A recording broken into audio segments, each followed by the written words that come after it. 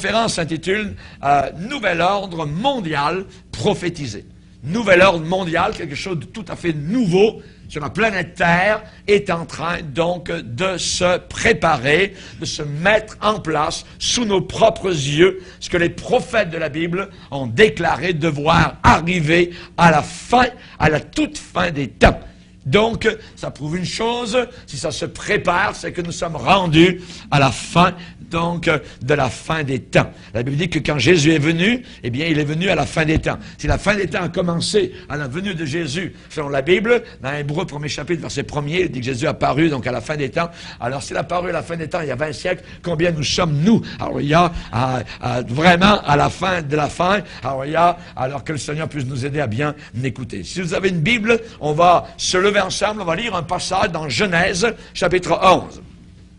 Je me suis posé la question, savoir par quel passage de la Bible on allait pouvoir commencer cette conférence. Eh bien, spécialement, on va lire dans Genèse 11, la tour de Babel.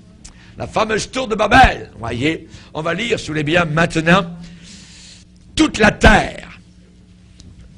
Genèse 11, verset 1er, toute la terre entière, avait une seule langue et les mêmes mots. Comme ils étaient partis de l'Orient, ils trouvèrent une plaine au pays de Shinéar, et ils y habitèrent. Ils se dirent l'un à l'autre, allons, faisons des briques, et cuisons-les au feu. Et la brique leur servit de pierre, et le bitume leur servit de ciment. Ils dirent encore, allons, bâtissons-nous une ville et une tour, dont le sommet touche au ciel, et faisons-nous un nom, afin que nous ne soyons pas dispersés sur la surface de toute la terre. L'Éternel descendit pour voir la ville et la tour que bâtissaient les fils des hommes. Et l'Éternel dit, voici, ils forment un seul peuple et ont tous une même langue, et c'est là ce qu'ils ont entrepris. Maintenant, rien ne les empêcherait de faire tout ce qu'ils auraient projeté. Allons, descendons, et là, confondons leur langage, afin qu'ils n'entendent plus la langue les uns des autres. Et l'Éternel les dispersa loin de là, sur la face de toute la terre. Et ils cessèrent de bâtir la ville. C'est pourquoi on l'appela du nom de Babel, car c'est là que l'Éternel confondit le langage de toute la terre.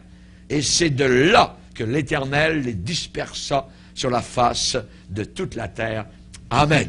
Gloire à Dieu. Vous pouvez vous asseoir, chers amis, frères et sœurs. Alléluia.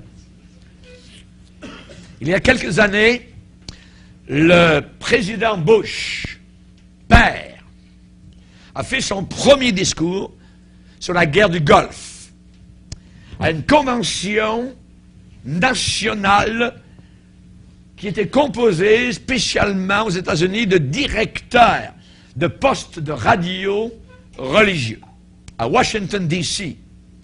Dans les années 90, il y avait devant lui 3000 à 4000 personnes. Et ce président Bush père a présenté sa vision de la guerre du Golfe, puis ensuite il a déclaré quelque chose. Il a dit, je cite, « Savez-vous ce qui va résoudre tous nos problèmes? C'est quelque chose de nouveau, appelé le nouvel ordre mondial. » Et le père Bush a dit, quand cela va arriver, cela amènera une paix comme on n'en a jamais vu. Nous allons pouvoir déposer toutes nos armes. Le nouvel ordre mondial est vraiment la solution à tous nos problèmes. La plupart des milliers de directeurs de postes de stations de radio religieuses et de télévision religieuse aux États-Unis se sont levés lorsque le président Bush père a fait cette déclaration et ils ont applaudi le président. Seulement et uniquement une petite douzaine de directeurs de radio et de télévision religieuse sont restés assis. Cette douzaine était étourdie, abasourdie, hébétée, renversée, stupéfaite, bouleversée comme un coup de massue qui venaient de la bouche de cet homme président à l'époque des États-Unis. Et se sont tous posé la question, la petite douzaine restée assise, est-ce que ça peut vraiment se réaliser? Est-ce qu'une telle chose, un nouvel ordre mondial, peut vraiment se réaliser? Beaucoup de ceux et celles qui ont entendu cette déclaration ne réalisèrent pas vraiment toute l'ampleur, la signification des paroles du président. Mais ceux et celles qui ont étudié la prophétie biblique, ceux qui avaient étudié la prophétie de la Bible savaient que George Bush père avait articulé, avait déclamé pour la première fois publiquement devant un auditoire de milliers de personnes ce que nous, chrétiens, savons qui va arriver un jour ou l'autre. Le nouvel ordre mondial. Nous allons entendre cette expression de plus en plus par les médias d'information, de plus en plus la radio, télévision, journaux, Internet, nouvel ordre mondial. Ça va rassembler vraiment le monde entier sous la tutelle, sous la coupole, sous le parapluie d'un seul et unique gouvernement mondial. Et cela va créer plus de problèmes qu'il n'en résoudra. En fait, finalement, ce nouvel ordre mondial va simplement et gentiment donner son pouvoir à un homme articulé par Satan appelé l'Antichrist. Exactement comme la Bible l'avait prédit il y a plus de 2000 ans, et même, on va le voir ce soir, environ 2500 ans, avec le Jean, je dirais, de l'Apocalypse dans l'Ancien Testament, qui s'appelle le prophète Daniel. Dans le Nouveau Testament, nous avons Jean, qui dit les événements de la fin des temps, de la planète Terre. Ça, c'est dans le Nouveau Testament. Et dans l'Ancien Testament, on a un homme, une contrepartie, qui dit à peu près exactement les mêmes choses, voyez, que Jean, il s'appelle Daniel, le prophète Daniel. Qui est l'Antichrist? Qui sera l'Antichrist? Celui qui aura la prétention de se tenir pour tout ce que Jésus-Christ est, tout ce que Jésus-Christ fait. Mais il en sera exactement l'opposé, l'ennemi juré. Cet homme sera rempli de puissance diabolique. Satan va l'habiter littéralement. Il est anti-Christ. Parce qu'il est vraiment, il sera vraiment l'ennemi juré du Seigneur Jésus-Christ. Et la Bible annonce une époque où il y aura un seul et unique gouvernement mondial. Où il y aura un seul système économique. Il y a juste 20 ou 30 ans, on n'aurait même pas eu une conférence, je dirais, avec des éclaircissements, je dirais, par rapport aux événements actuels, dans une conférence semblable par rapport au nouvel ordre mondial. On aurait pu en parler selon la Bible, mais nous n'aurions pas su vraiment tirer ou quelle ficelle, savoir où ça se passait dans notre monde. Mais nous avons actuellement beaucoup d'événements qui nous disent, c'est là, regarde ici, regarde là, à tel endroit, et nous voyons cela est en train de se préparer autour de nous.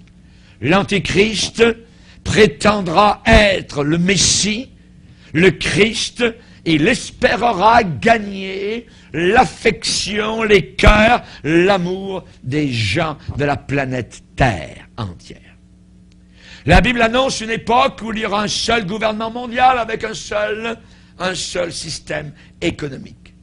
Et l'Écriture, la Bible, annonce qu'il y aura un empire romain renouvelé qui soudain va comme réapparaître. L'ancien empire romain va revenir, va remonter, va renaître de ses cendres, sera remis en vigueur comme par une sorte de résurrection. Et cet empire renouvelé de Rome régnera sur la planète Terre pendant un temps très court. Très court. Le Seigneur dans la Bible déclare dans Ésaïe, souvenez-vous de ce qui s'est passé dès les temps anciens.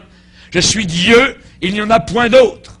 Je suis Dieu, et nul n'est semblable à moi. J'annonce dès le commencement ce qui doit arriver. Et longtemps d'avance, ce qui n'est pas encore réalisé.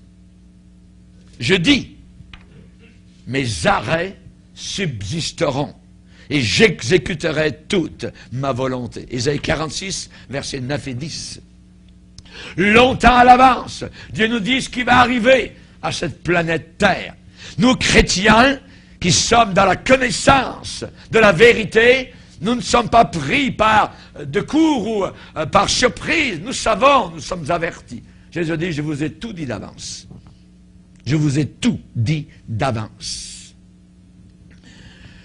Pierre, l'apôtre, a déclaré, et il dit dans la deuxième épître de Pierre, au premier chapitre, en disant, nous tenons pour d'autant plus certaine la parole prophétique, la parole prophétisée, la parole qui annonce, à laquelle vous faites bien de prêter attention, comme une lampe qui brille dans un lieu obscur. La planète Terre va devenir de plus en plus obscure. Nous avons une seule lampe, qui est la Bible, la parole de Dieu, qui brille dans un lieu obscur, jusqu'à quand?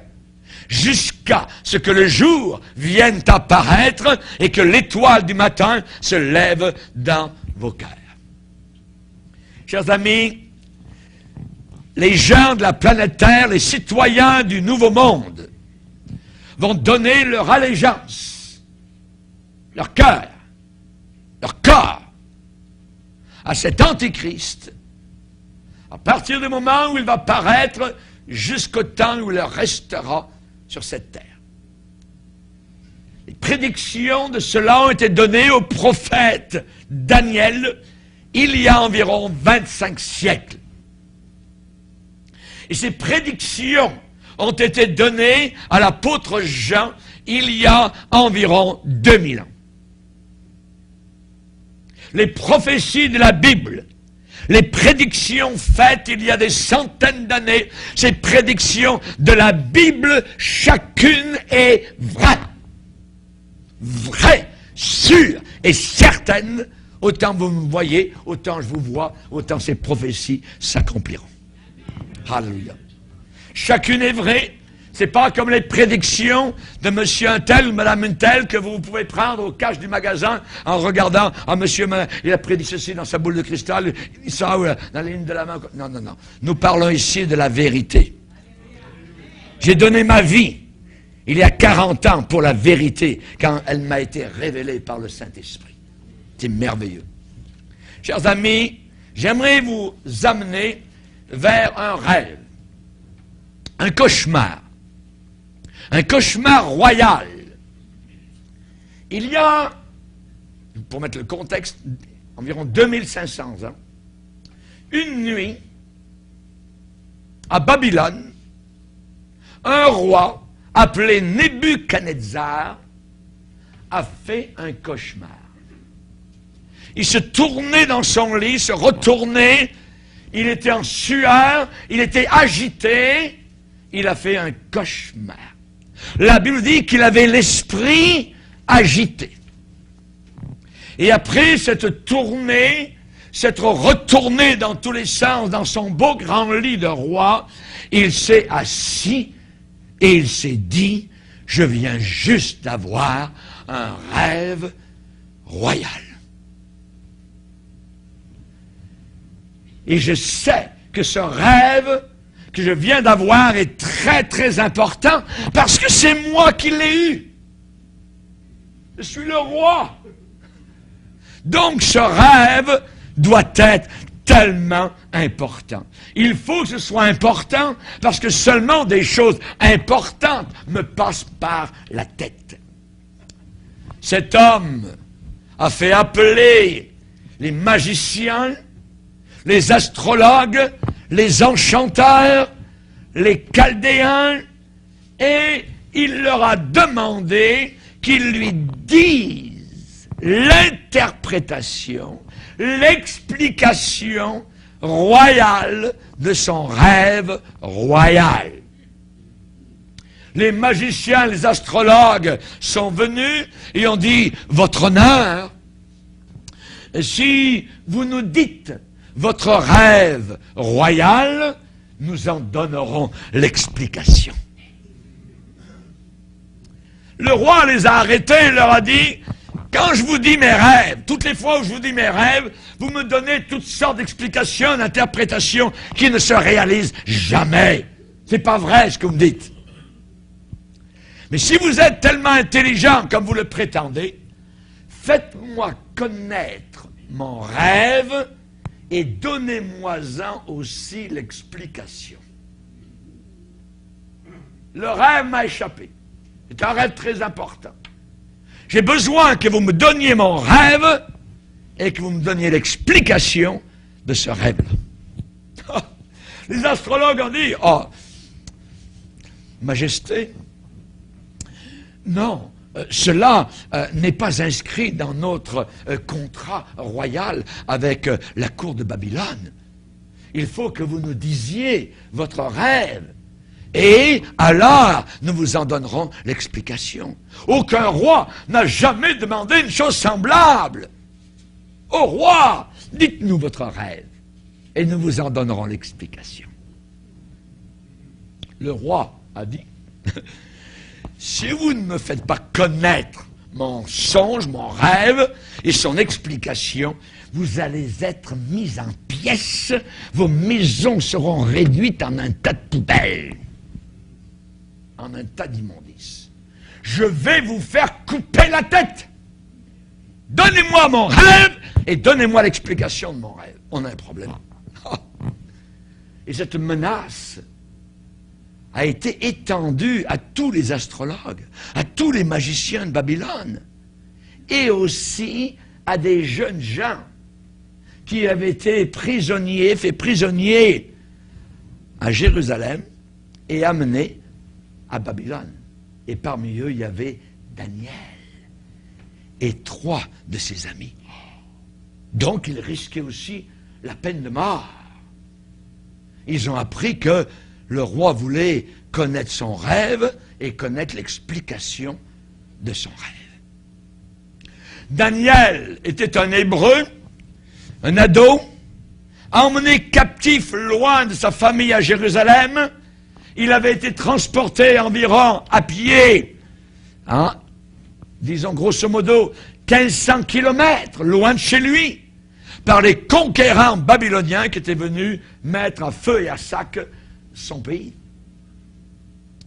Et quand Daniel est arrivé dans ce nouveau royaume étranger, ils ont essayé de changer son nom, de changer sa langue et de changer son régime alimentaire. Daniel a dit, oh, attendez un peu, attendez une minute là, excusez-moi, je vous en prie, vous voyez, moi je suis un garçon juif. Il y a certaines choses qu'un garçon juif ne mange pas et ne boit pas. Et si ça ne vous dérange pas trop, je vais avoir ma propre nourriture et c'est elle que je mangerai à la place de la vôtre. Le roi a insisté et a dit, jeune homme, quand on est à Babylone, on agit comme les gens de Babylone. On fait exactement comme les Babyloniens. Daniel a refusé, a dit non. Il a refusé catégoriquement cette invitation généreuse du roi. Donc, et comme Daniel, évidemment, n'avait pas du tout eu peur de prendre position pour le Seigneur, se tenir sur son point, Dieu dans le ciel l'a béni. Dieu dans le ciel l'a béni. Exactement, rappelez-vous les sages-femmes dans Exode 1 qui avaient refusé de tuer les bébés garçons qui naissaient. Eh bien, il dit que Dieu a béni ces sages-femmes. Daniel à Babylone, dans un pays étranger, un pays corrompu, sale, pourri, diabolisé, a refusé de participer à leur péché. Et Dieu a béni Daniel. Dieu cherche encore aujourd'hui des jeunes, des hommes, des femmes qui sauront prendre position. Et s'ils le font, Dieu va les bénir. Dieu prend plaisir à bénir les gens qui l'aiment, qui le servent de tout cœur. La Bible dit, si vous êtes de bonne volonté et obéissants et dociles, vous mangerez les meilleures productions du pays. Mais si vous résistez et si vous êtes rebelles, vous serez dévorés par le glaive. Dans Exode 15, il dit, si tu écoutes attentivement la voix de l'Éternel ton Dieu, il ne te frappera d'aucune des maladies dont il a frappé les Égyptiens. Si tu écoutes attentivement la voix de l'Éternel ton Dieu. David a écrit, vous savez tous bien, le psaume 23, l'Éternel est mon berger, je ne manquerai de rien. Qu'est-ce qu'il fait l'Éternel? Il me fait reposer dans de verts pâturages. Il me dirige près des eaux paisibles.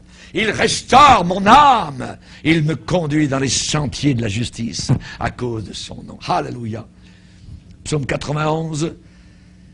Il te délivre du filet de l'oiseleur. Il te délivre, que 1000 tombent à ta droite et 10 000 à ta gauche, tu ne seras pas atteint. Parce que tu me fais confiance, parce que tu viens te réfugier sous les ailes du grand Dieu puissant. Gardez. Je garderai ton départ, je garderai ton arrivée. Daniel, en arrivant à Babylone, a dit, oh, pas question pour moi de participer à cette Babylonie, à cette confusion, à ces péchés, à cette liberté sexuelle. Jamais de la vie.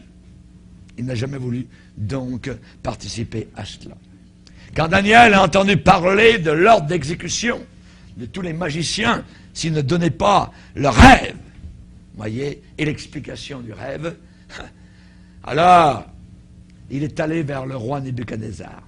Parce que Daniel n'était pas là quand cet ordre a été donné. Daniel est allé voir le roi et a posé la question au roi.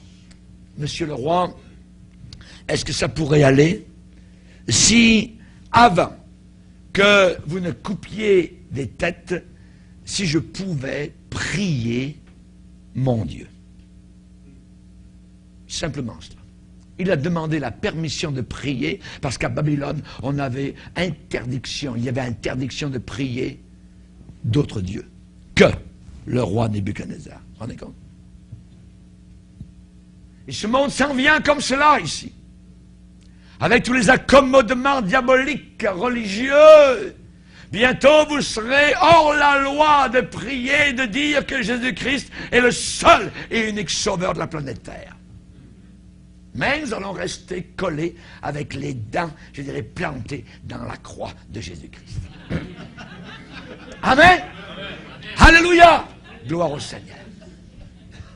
La Bible dit dans Daniel, chapitre 2, verset 16, Daniel se rendit vers le roi et le pria de lui accorder du temps pour donner au roi l'explication.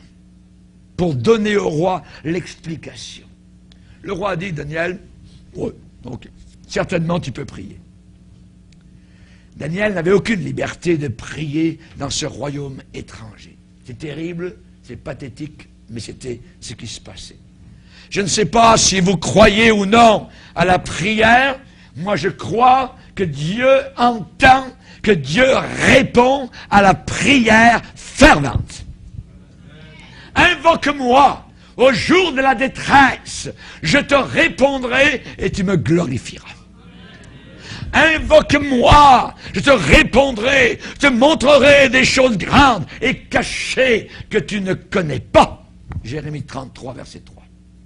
Il y avait un jeune homme qui était étudiant en médecine à l'université et il y avait un professeur de chimie remarquable sur le campus universitaire, mais il y avait un problème avec ce professeur de chimie, c'est qu'il haïssait les chrétiens. Il avait une haine terrible envers les chrétiens. Et chaque année, ce professeur, dans sa classe de chimie, demandait s'il y avait un chrétien dans sa classe. Et si quelqu'un était assez brave, assez courageux pour admettre qu'il était chrétien, il lui demandait de se lever. Lève-toi. Et il disait, tu vas prier ton Dieu.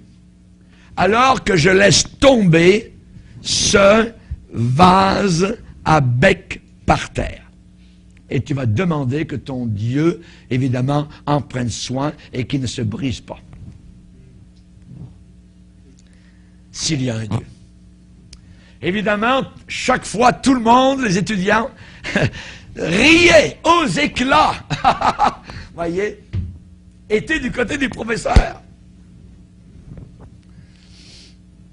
Tu vas prier ton Dieu, alors que je laisse tomber ce vase à bec en verre, demande à ton Dieu que ce vase ne se casse pas quand il va tomber par terre sur le sol. Tout le monde riait, et généralement personne ne se levait pour prier Dieu. Un certain trimestre, il y a un jeune chrétien qui était en études de médecine. Pour devenir médecin, il s'est retrouvé dans la classe de chimie avec le professeur athée. Et quelque temps après le début de la session, le professeur est entré en classe et a posé sa fameuse question. Y a-t-il quelqu'un ici qui est chrétien? Et le jeune homme a levé la main. Il dit, oui, moi je suis chrétien. Le professeur lui a demandé de se tenir debout. Crois-tu dans la prière? Oui, monsieur. Le professeur dit, eh bien, voilà, je veux que tu pries ton Dieu pour que, lorsque je vais laisser tomber ce vase par terre, eh bien, il ne se brise pas. Tout le monde dans la classe s'est mis à rire, aux éclats, ils hennissaient presque comme des chevaux. Vous voyez, ils sont moqués du chrétien. Le jeune homme a baissé tranquillement la tête, a prié à haute voix. À haute voix. Et quand il eut fini de prier, le professeur a lâché le pichet par terre, mais ce professeur athée était tellement nerveux et énervé d'avoir quelqu'un qui priait dans sa classe sous ses yeux, que lorsqu'il a laissé tomber par terre ce vase, il est tombé et a frappé son orteil, puis est allé rouler sur le sol sans se casser. Alléluia! Tout le monde s'est mis à rire du prof. Et il est sorti de la classe sur le champ. Nous croyons dans la prière. Moi, je crois en un Dieu qui peut répondre à nos prières, comme le croyait ce jeune étudiant. Le Seigneur a dit, mon peuple périt faute de connaissance. Parce qu'ils ne savent pas. Donc, il y a perdition, il périt, il baisse en vie, en vitalité, parce qu'il n'a pas la connaissance. Dans Thessaloniciens, il dit, vous n'êtes pas dans les ténèbres, pour que ce jour vous surprenne, comme un voleur. Non, les vrais chrétiens ne seront pas surpris. Ils ne seront pas surpris des événements qui arrivent. Nous sommes, je dirais, comme dans un stade, assis aux premières loges, et nous regardons les événements en train de se passer. Ah oui, c'est ça. Ah oui, c'est ça qui est en train de arriver. Ah oui, voyez, le Seigneur l'avait dit. Nous sommes simplement en train de confirmer ce que la Bible disait depuis des siècles et des siècles. Beaucoup d'églises ne parlent pas du retour de Jésus, hélas. Et nous avons besoin d'entendre parler du retour du Seigneur Jésus-Christ. Et Daniel a prié. Il a prié. Rendez compte? Un homme a eu un rêve, il ne se rappelle plus de son rêve, et l'homme demande le rêve et l'explication. Et Daniel se met à prier Dieu. Et Dieu lui révèle le rêve du roi et son interprétation, la signification de ce rêve. La Bible dit dans Daniel 2, verset 19, Daniel et ses 3 amis ont été engagés à implorer la miséricorde du Dieu des cieux. Leur vie est en jeu. Allah, j'aime ce mot, Allah. Il y a la prière, et ensuite Allah. Il y a, je dirais, l'action, et il y a la réaction de Dieu. Allah, le secret. C'était un secret. Puis je vous dis, moi j'ai eu un rêve la nuit passée. Dites-moi mon rêve, puis dites-moi l'explication. C'est un secret. Vous voyez? Et la Bible dit, le secret fut révélé à Daniel dans une vision pendant la nuit. Et Daniel se mit à bénir, hallelujah, le Dieu des cieux. Le jour suivant, Daniel, rempli du Saint-Esprit, arrive devant le roi. Il retourne devant le roi Nebuchadnezzar et dit, « Oh roi, écoute, écoute, je pense que je sais ce que tu as vu dans ta vision. » « Ah oui? Tu le sais? Voilà ce que tu as vu. Tu as vu une grande statue. Tu as vu une grande statue immense et d'une splendeur extraordinaire. Elle était devant toi, cette statue, et son aspect était terrible. Un aspect d'une statue qui fait peur. Terrible. Et la tête de cette statue était en or pur, brillant, éclatant. Le roi est étonné. Il admet, c'est exactement ça que j'ai vu. Comment as-tu pu savoir? Comment as-tu pu savoir une telle chose? Daniel répond, les yeux remplis d'éclat, et il répond, il y a dans les cieux un Dieu qui révèle les secrets, ce qui est profond et caché. Et il me l'a révélé. Et mon Dieu m'a révélé ton rêve. Et je vais te dire même le reste du rêve. Après la tête en or, il y avait sa poitrine et ses bras qui étaient en argent. En argent. Le ventre de la statue et les deux cuisses de la statue étaient des reins de cuivre. Et les jambes étaient de fer. Les jambes étaient de fer. Et les pieds étaient en partie de fer et en partie d'argile. Acétate numéro 1.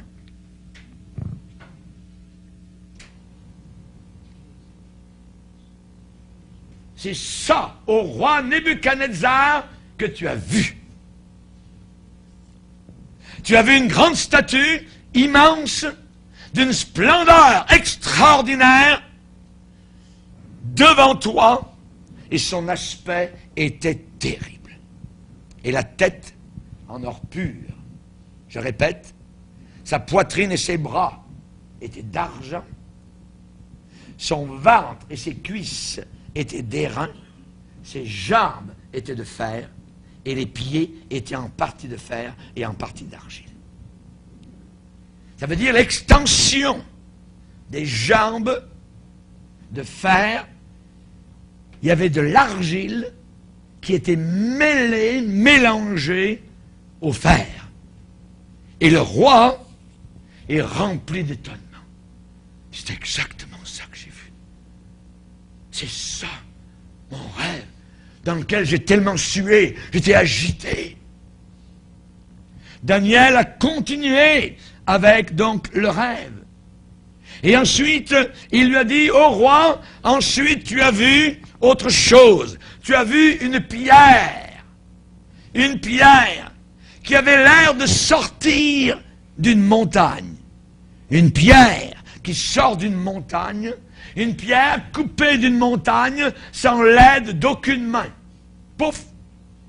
Sans l'aide d'aucune main. Une pierre qui est là et qui se détache de la montagne sans aucune main. Et alors que la pierre arrive, elle roule vers la statue. Et elle réduit cette statue en poussière. Le fer, l'argile, l'airain, l'argent, l'or sont brisés tous ensemble comme de la balle du nerf sur une ferme qui s'envole au vent l'été. Numéro 2.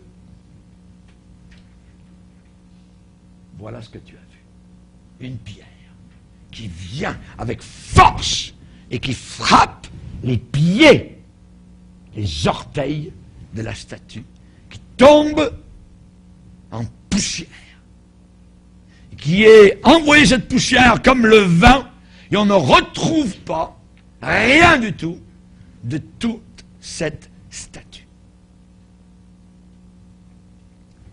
Et ensuite, on voit l'acétate numéro 3. Le vent emporte les bris de cette statue et on ne la retrouve nulle part. Et ensuite, la pierre qui avait frappé la statue devient une grande montagne. Et cette montagne remplit toute la planète Terre.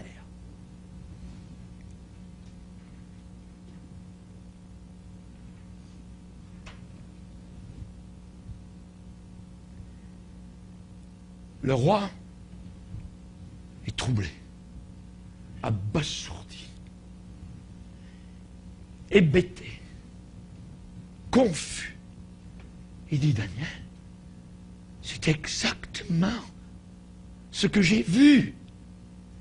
Mais qu'est-ce que cela signifie? Comme vous aujourd'hui, pour la plupart. Qu'est-ce que ça veut dire, tout cela? Je veux l'interprétation. Dis-moi ce que cela signifie. Si Dieu était capable de te donner mon rêve, dont je ne me souvenais pas, et qu'il te l'a dit, et c'est vrai, je le sais, c'est ça que j'ai vu, alors donne-moi la signification. Explication. Voilà le songe. Nous en donnerons l'explication devant le roi, Daniel 2, verset 36.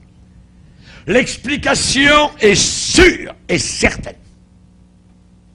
Si Dieu a pu me montrer le rêve au roi Nebuchadnezzar, alors son interprétation est certaine. Verset 45b.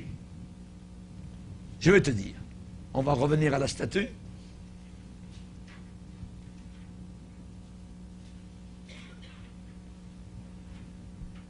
Verset 38, Daniel 2, 38. Roi Nebuchadnezzar, c'est toi qui es la tête en or. Hein? Je suis la tête en or. Voyez? Ici. C'est toi, Nebuchadnezzar, qui est la tête en or. Ah ouais. Nebuchadnezzar est tout content. Il aime beaucoup cette interprétation. Voyez? Et je crois qu'il n'a rien entendu de plus après cela. Rien de ce que Daniel avait déclaré. L'important, c'est qu'il savent que c'était lui qui était la tête en or. Voyez? Il a pensé, waouh! Je suis la tête en or, c'est moi. Voilà, je suis arrivé directement au sommet, au top. Je ne suis pas en bas, je suis directement à la tête. Daniel dit, c'est toi, Nebuchadnezzar, qui est la tête en or. Qu'est-ce que Nebuchadnezzar a fait? Nebuchadnezzar a élevé, quelques jours plus tard, en son honneur, une statue réelle en or. Et il l'a érigée spécialement dans la plaine de Doura, la plaine de Shinéar, dans la province de Babylone. Et les gens sont venus de partout de son royaume, du monde de l'époque, et sont inclinés, sont prosternés, ont adoré sa statue à lui. Qu'est-ce que cela représente? Cela représente des royaumes. Ici, à partir d'ici jusqu'ici, vous avez toute l'histoire de l'humanité que vous avez besoin de savoir. Nous ne sommes plus ici. Nous allons voir durant la conférence que nous sommes rendus ici.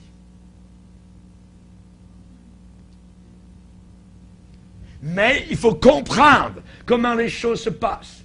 Cela représente le premier royaume. Le premier royaume, c'est le royaume, on parle des royaumes du monde, le premier royaume qui est le royaume de Babylone. Nebuchadnezzar était roi de Babylone, qui régnait sur le monde à l'époque, à cette époque-là. C'est le premier royaume. Babylone, qui avait déporté les Juifs de leur pays, c'est ce royaume qui régnait à l'époque dans le monde entier. Ça se passe environ en 606 avant Jésus-Christ, et Babylone a régné jusqu'en 536 avant Jésus-Christ. Daniel a continué et a dit au roi Nebuchadnezzar, tu ne seras pas tout le temps roi. Tu vas être remplacé. Après toi, il s'élèvera un deuxième royaume. Un royaume qui sera plus petit que le tien, inférieur à toi. Et nous avons ici un autre royaume qui sera ici spécialement et qui va évidemment donc être sur la sellette mondiale. On va voir cela historiquement. On a besoin de connaître l'histoire.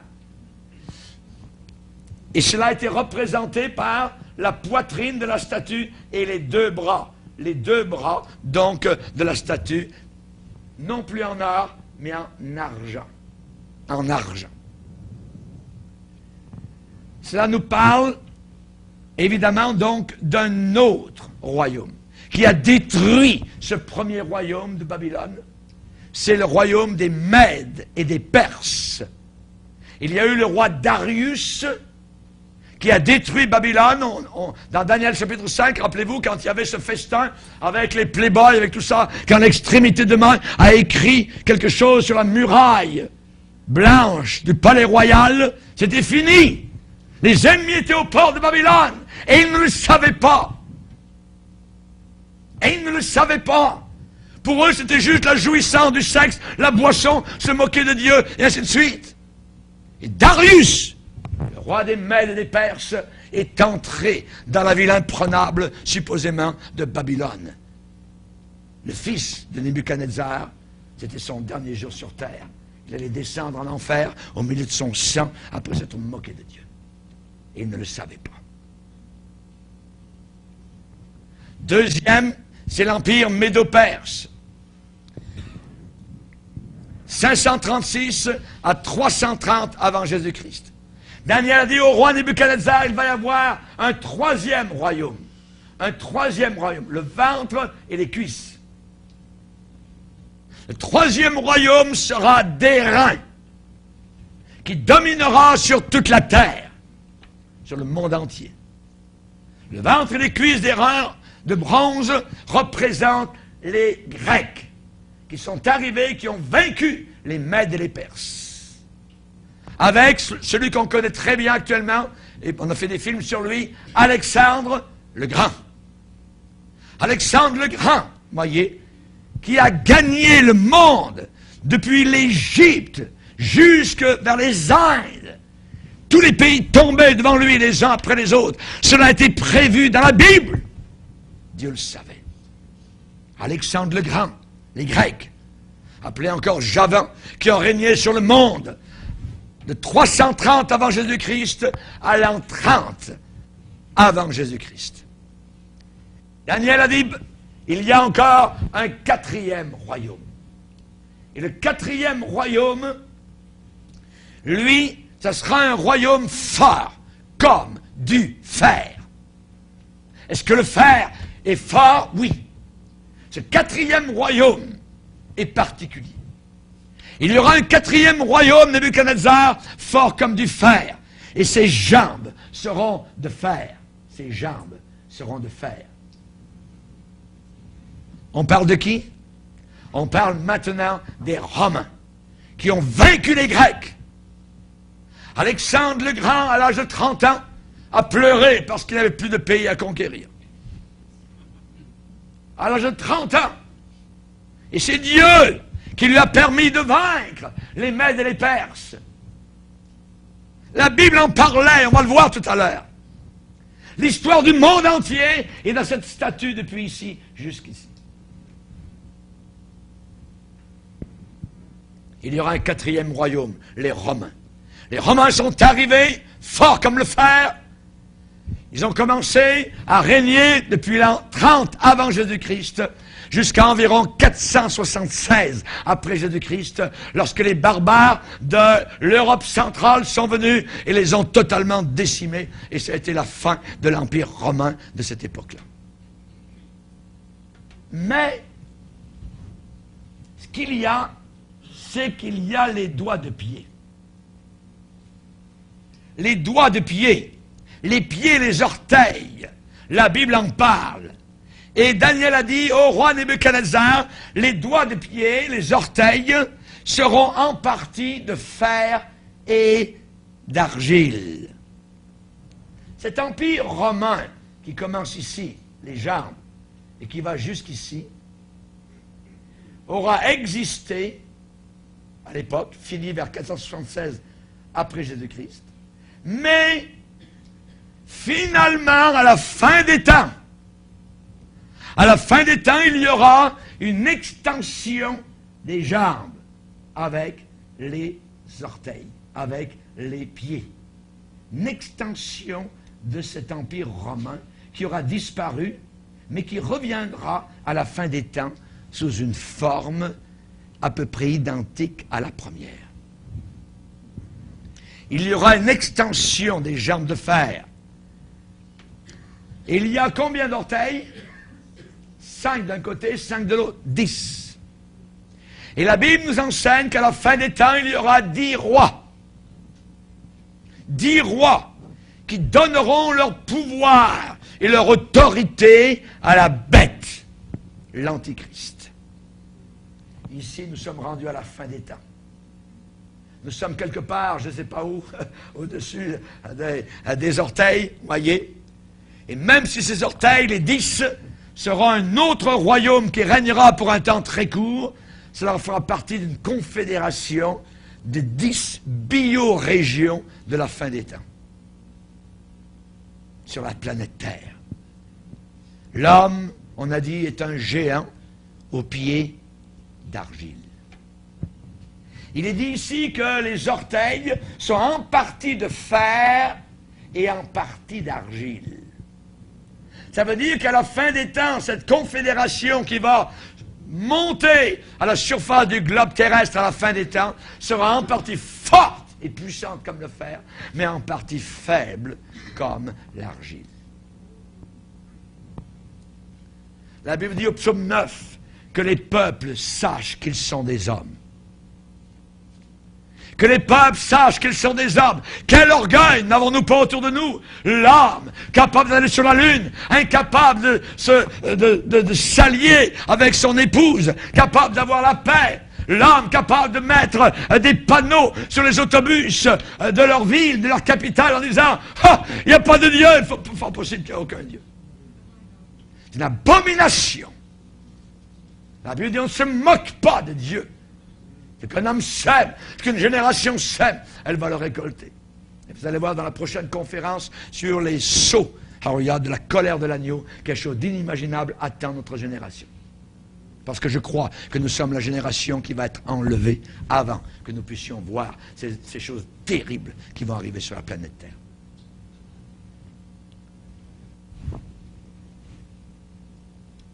La Bible dit que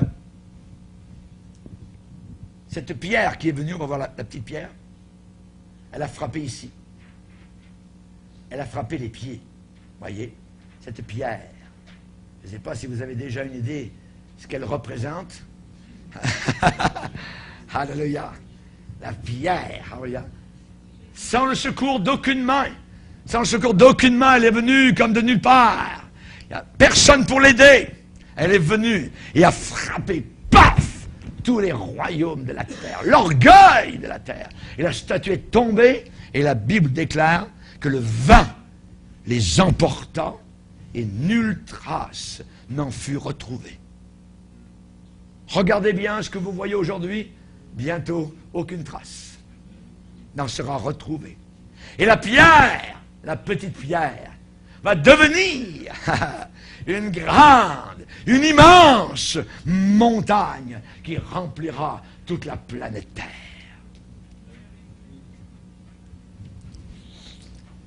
On a vu le premier royaume, deuxième royaume, troisième royaume, quatrième royaume, qui à la fin des temps revient. Ce quatrième royaume, on va s'y attarder tout à l'heure, on va voir qu'il va revenir. Mais il y a un cinquième royaume. Il y a un cinquième royaume. Verset 44, chapitre 2 de Daniel.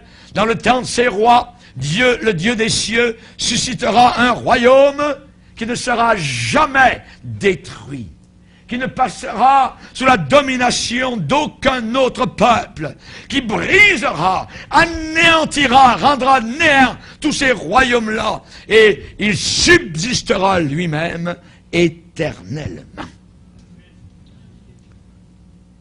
L'homme n'est pas le bœuf. L'homme est une grenouille, vous voyez, qui se gonfle. Vous connaissez l'histoire, la grenouille qui voulait devenir comme le bœuf. Jamais cela n'arrivera. Verset 45 nous dit, c'est ce qu'indique la pierre que tu as vu se détacher de la montagne sans secours d'aucune main et qui a brisé le fer, l'argile, l'airain, l'argent et l'or. Le vent. Quel vent? Le rouach, le vent de Dieu, l'esprit de gloire, l'esprit créateur, l'esprit offensé. Le vent, c'est le passage du temps. Mais en même temps, c'est la force, la puissance invisible et discrète de Dieu. Nulle trace n'en fut retrouvée de tous les royaumes qui ont existé depuis Babylone, depuis les Médo-Perses, depuis les Grecs, depuis les Romains, depuis la Confédération mondiale de la fin des temps. Tout cela va s'en aller comme la balle du blé et soufflée par le vent en été. Alléluia. La Bible dit au verset 34, une pierre viendra, frappera les pieds de fer et d'argile de la statue et les mettra en pièces. Le verset 35, Daniel 2 nous dit, le fer, l'argile, l'airain, l'argent et l'or furent brisés ensemble, comme la balle qui s'échappe d'une mer en été. Le vent les emporta, nulle trace n'en fut retrouvée, et la pierre qui avait frappé la statue devint une grande montagne qui remplit toute la terre. Cette pierre commencera un royaume qui n'aura jamais de fin. Qui n'aura jamais de fin. Ce sera le royaume terrestre et millénaire de Christ sur une planète totalement renouvelée. Le drapeau d'Emmanuel flottera à partir de Jérusalem et toutes les nations le reconnaîtront. Alléluia. Et s'inclineront avec respect devant le Fils de Dieu. Alléluia. Gloire au Seigneur. Dans Apocalypse 19, il est déclaré, je cite, « J'ai entendu comme une voix d'une foule nombreuse, comme un bruit de grosses eaux, comme un bruit de fort tonnerre, disant, Alléluia, car le Seigneur notre Dieu Tout-Puissant est entré dans son règne. » Apocalypse 11, verset 5, il est déclaré, 15, pardon. Le septième ange sonna la trompette et lut dans le ciel de fortes voix qui disaient, le royaume du monde est remis à notre Seigneur et à son Christ. Et il régnera au siècle des siècles. Il régnera au siècle des siècles. Alléluia. Rappelez-vous, quand Jésus-Christ va commencer à régner, quand il va commencer à gouverner, il régnera pour toujours. Pour toujours. Alléluia. Le règne, la domination, la grandeur lui seront accordés. Prenez avec moi dans Daniel, Daniel chapitre 7, versets 13 et 14. Daniel 7, 13 et 14. Je regardais pendant mes visions nocturnes. Et voici sur les nuées des cieux, sur les nuages des cieux, arriva quelqu'un de semblable à un fils de l'homme. Ça veut dire quelqu'un avec un visage, avec une tête, avec des oreilles, des yeux, quelqu'un de semblable à un fils de l'homme. Il s'avança vers l'ancien des jours vers le Père. Et on le fit approcher de lui, on lui donna la domination, la gloire et le règne, et tous les peuples, les nations, les hommes de toute langue le servirent. Sa domination est une domination éternelle qui ne passera point, et son règne ne sera jamais détruit. Jamais détruit. Alléluia. Lisez un peu plus loin, verset 17. Ces 4 grands animaux, ce sont 4 rois qui s'élèveront de la terre. Mais les saints du Très-Haut recevront le royaume, et ils posséderont leur royaume éternellement, d'éternité en éternité. Amen, amen, alléluia, gloire au Seigneur. Alléluia. Merci Seigneur. Regardez verset 27. Le règne, la domination, la grandeur de tous les royaumes qui sont sous les cieux seront donnés au peuple des saints du Très-Haut. Son règne est un règne éternel, et tous les dominateurs le serviront et lui obéiront. Alléluia. Merci Seigneur. Que Dieu soit béni. Nous allons voir maintenant, nous allons revenir à la statue.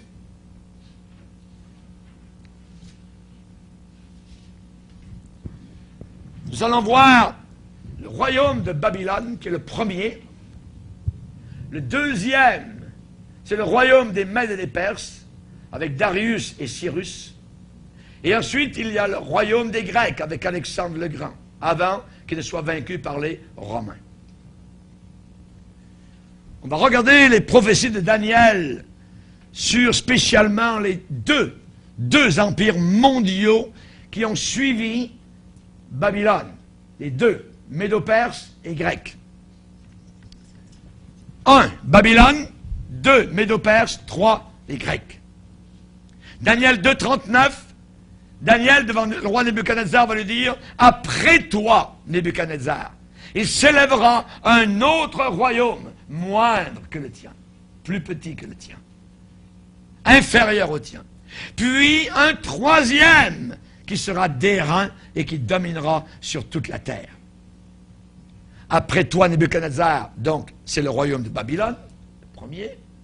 Après toi, il y en a un autre, c'est la poitrine et les 2 bras, donc, et c'est donc un autre royaume, c'est les Médo-Perses, puis un troisième, ici, c'est les Grecs. Ces royaumes ont réellement existé. Exactement comme la Bible l'avait dit, l'avait prédit, l'avait annoncé. Dans le livre de Daniel, Dieu a décrit chaque puissance mondiale qui allait exister sur la terre. Dans le livre de Daniel, Dieu les a nommés dans l'ordre. 1, 2, 3, 4, et ensuite le 5e, quand la pierre va frapper. Le royaume de Dieu. Que ton règne vienne. Nous avons prié depuis 2000 ans. Il va venir.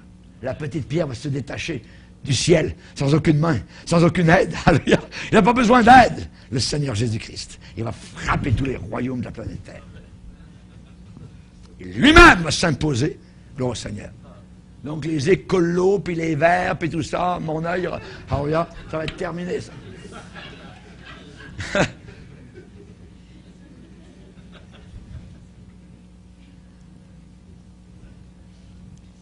Après Babylone, il y a eu le royaume des Mèdes et des Perses. Ça a été la prochaine puissance mondiale après Babylone. Et les deux bras montrent les 2 parties de leur royaume. Il y avait les Mèdes et les Perses. Et ils ont un symbole, toujours dans Daniel, le bélier. Le bélier. Daniel 8, 20, le bélier que tu as vu et qui avait des cornes, ce sont les rois des Mèdes et des Perses. Il suffit de lire. Et comme un bouc qui n'a pas de symétrie, qui n'est pas équilibré, comme une chaise qui a une patte plus courte qu'une autre, voilà que dans ce royaume des Mèdes et des Perses, il allait y avoir une corne brisée, une corne plus grande que l'autre. J'espère pas vous perdre à ce moment-là, voyez. Et l'empire perse allait s'effacer, allait s'amoindrir, passerait à l'arrière-scène, parce que suivraient les Grecs. Et les Grecs, avec Alexandre en tête, ont vaincu dans une grande bataille, je vous ferai grâce de tous les noms de sang, ont vaincu les Mèdes et les Perses. Et selon Dieu, les Grecs sont venus au pouvoir avec Alexandre le Grand, représenté par un bouc. Les Grecs étaient représentés par un bouc. Les Mèdes et les Perses étaient représentés par un bélier. Voyez. Et le troisième empire, donc l'empire grec, avec un bouc qui a une corne, a frappé, a battu le bélier qui avait deux cornes, les Mèdes et les Perses. Et Alexandre le Grand, les Grecs, ont commencé à régner sur le monde de l'époque. Le ventre et les cuisses de bronze. Le ventre et les cuisses de bronze. C'est les Grecs. Dans le rêve de Nebuchadnezzar. Puis ensuite, quand le bouc, dans toute sa force, dans sa grande colère, voyez, dans sa fureur, voilà, il est arrivé un problème, c'est que la grande corne de ce bouc s'est cassée. Et 4 cornes sont sorties de sa tête. Mais où est-ce que vous prenez ça, pasteur Bourget? Ben, il faut lire la Bible. Daniel 8:8. Voyez? Le bouc devint très puissant, et quand il fut puissant, sa grande corne, la corne représente l'autorité, la puissance. Qui? Sa grande corne, c'est Alexandre le Grand, se cassa. Se cassa. Et alors, 4 grandes cornes s'élevèrent pour la remplacer aux 4 vents des cieux. L'Empire grec a vu, à l'âge de 30 ans, 30 ou 33 exactement, Alexandre le Grand mourir. Il est mort. Oui. Et l'histoire nous dit, évidemment, que, alors qu'il mourait à la fleur de l'âge, 4 de ses généraux ont pris le pouvoir après lui. C'est simple. C'est Alexandre le Grand. Alexandre le Grand, à l'époque, avait conquis le monde, alors qu'il avait à peine 30 ans. Puis ensuite, il avait été totalement frustré parce qu'il n'y avait plus rien à conquérir. Il avait tout conquis. Il était roi de tout l'univers de l'époque. Alors il a commencé à aller autour du monde pour faire des parades militaires. Et il a pris une fièvre des marais et il est mort de la mort d'un fou alors qu'il se préparait à parader, faire un show. Ses généraux sont revenus vers son fils, chez lui, qui était enfant, pour lui dire « Ton papa est mort. C'est toi maintenant qui gouverne sur le monde entier. » Le fils les a regardés, ces 4 généraux, et il leur a dit « Mais qu'est-ce que je fais avec le monde? Faut faire quoi? » Les 4 généraux d'Alexandre le Grand ont tué son fils et se sont partagés entre eux le royaume du monde, tel que la Bible avait dit. Le bouc devint très puissant, Alexandre le Grand, les Grecs. Quand il fut puissant, sa grande corne se brisa, ce royaume a perdu son chef, Alexandre le Grand. Et 4 grandes cornes se sont élevées pour la remplacer aux 4 vents des cieux. 4 généraux. Vous regardez ce que la Bible avait annoncé 175 ans avant même qu'Alexandre le Grand soit né. Il n'était même pas encore né. La Bible parlait même de sa mort et de son fils qui serait tué et que 4 de ses généraux prendraient sa place. Avant même, 175 ans avant qu'il ne soit né. Et ça veut dire environ 200 ans avant sa mort. Daniel 8, versets 21 et 22, le bouc, c'est le roi de Javan. On sait que Javan, c'est les Grecs. C'est un autre nom pour dire les Grecs. Le bouc, c'est le roi de Javan. La grande corne entre ses yeux, c'est le premier roi. 4 cornes qui se sont élevées pour remplacer cette corne brisée. Ce sont 4 royaumes qui s'élèveront de cette nation et qui n'auront pas autant de force. Ces versets nous parlent d'Alexandre le Grand. Voyez. Et le dernier verset, le verset 22, nous dit que son fils ne régnerait pas après lui. La Bible n'est-elle pas claire? C'est merveilleux. C'est merveilleux. Vous savez tout ce qui va arriver. Alléluia. La tête d'or, maintenant vous le savez, c'est le royaume de Babylone. Les bras et la poitrine, c'est le royaume des Mèdes et des Perses. Et le ventre et les cuisses, donc, des reins, ce sont les Grecs. Personne d'autre qu'Alexandre le Grand. Ces trois grands empires, donc, nous sont rapportés encore dans Daniel, si on n'est pas encore certain, d'une autre façon, sous un autre angle, avec des animaux. Vous voyez? Le royaume de Babylone, comme un lion, avec des ailes d'aigle, Daniel 7, verset 4. Le deuxième, les Médo-Perses, par un ours, avec trois côtes dans la gueule entre les dents. Les Mèdes et les Perses pouvaient faire sauter vos yeux. Pouf! Vous voyez? C'était quelque chose de terrible. Un ours avec trois côtes dans la gueule, en train de dévorer. Et les Grecs ont été symbolisés encore par un léopard. Pourquoi? Parce que les Grecs étaient rapides. Un léopard, chapitre 7, verset 6, qui avait sur le dos 4 ailes comme un oiseau. Daniel 8, 5, en parlant des Grecs, il venait de l'Occident et il parcourait toute la terre à sa surface sans la toucher. Hydroglisseur. Alexandre le Grand. La rapidité. Nous allons voir maintenant autre chose. Nous allons voir le 4e royaume. Nous avons vu 1, Babylone, 2, Médo-Perse, Grec, 3, maintenant le 4e. Le 4e nous intéresse beaucoup. Beaucoup. Est-ce qu'on fait une pause ici, avant de commencer? Oui. Amen. On va s'arrêter là, hein, et on va donc s'arrêter, et on va revenir parce que c'est tellement intéressant, le 4e royaume, on va voir ça. Donc, pouvez-vous le lever?